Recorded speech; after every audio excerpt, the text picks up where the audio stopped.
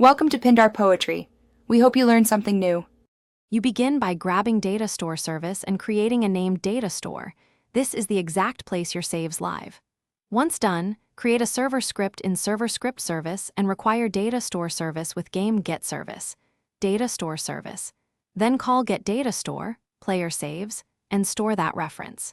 Next, connect player added, and inside the callback attempt, get a sync with the player's user ID key. You load data or create default values if nothing exists. This sets the foundation for saving and restoring each player. You now decide how to store state.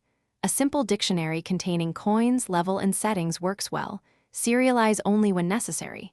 Use pcall when calling get a sync, set a sync, or update a sync to handle network errors.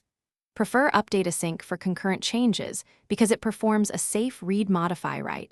This prevents overriding others' progress. Also implement a debounce or autosave timer. Save every 60 seconds and on significant events. Make sure to store by toString player. User ID so keys remain stable between sessions. You finish by saving on player removing and by final autosave. Attempt update a sync inside pcall and record whether it succeeded. Once done, implement a retry queue for saves that fail due to transient errors and periodically push backups to a secondary key or version slot. Also make sure API services are enabled in game settings and that you respect rate limits. If something goes wrong, check the pcall error, inspect throttling responses, and retry with exponential backoff.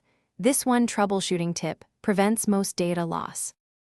Thanks for watching. Consider subscribing if we helped you.